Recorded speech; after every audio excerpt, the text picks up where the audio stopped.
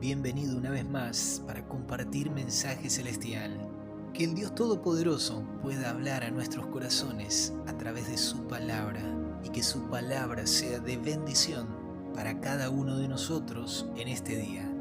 Continuamos con nuestra lectura y meditación del libro de Marcos y avanzando con el capítulo 9, compartimos en esta ocasión parte de la historia que encontramos a partir del versículo 14.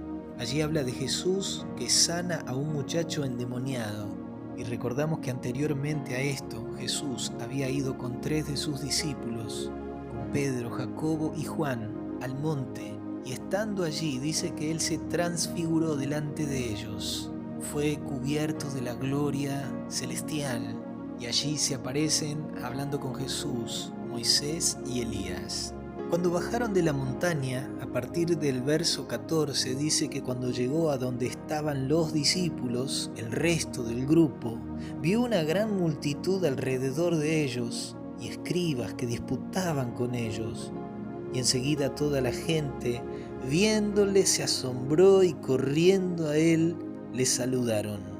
Mientras Jesús regresaba de la montaña con 3 de sus discípulos, menciona Marcos que los 9 restantes estaban rodeados de una multitud y que escribas disputaban con ellos.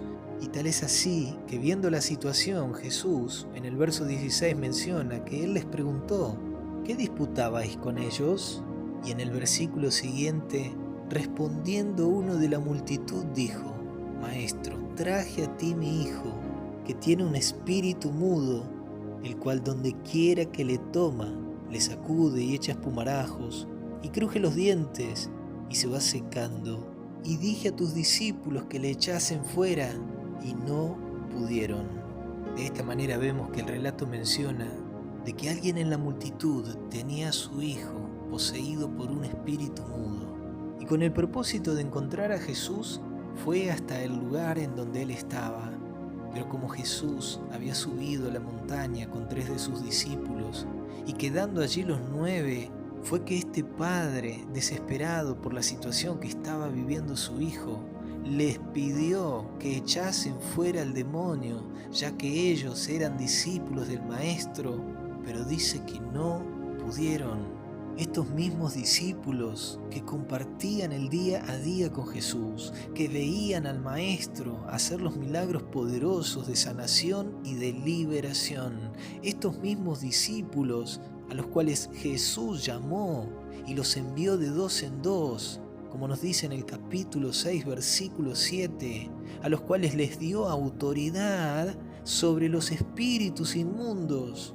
Y de hecho fueron estos mismos discípulos los quienes, según nos dice el capítulo 6, versículo 13, cuando fueron en esa gira misionera, de lugar en lugar, de aldea en aldea, recorriendo los hogares, visitando las familias, menciona allí que echaban fuera muchos demonios. Habían tenido ya la experiencia de enfrentarse al enemigo con el poder de Dios que actuaba en ellos. El mismo Jesús le había dado autoridad sobre los espíritus inmundos, pero en esta ocasión este padre les pidió que echasen fuera a ese espíritu mudo, pero ellos no pudieron. Y en el versículo 19 dice que respondiendo él les dijo: oh generación incrédula, ¿hasta cuándo he de estar con vosotros? ¿Hasta cuándo os he de soportar? Traédmelo. Después que Jesús reprendiera a sus discípulos, seguramente por su falta de fe para expulsar este demonio, da la orden para que le traigan al muchacho delante de él.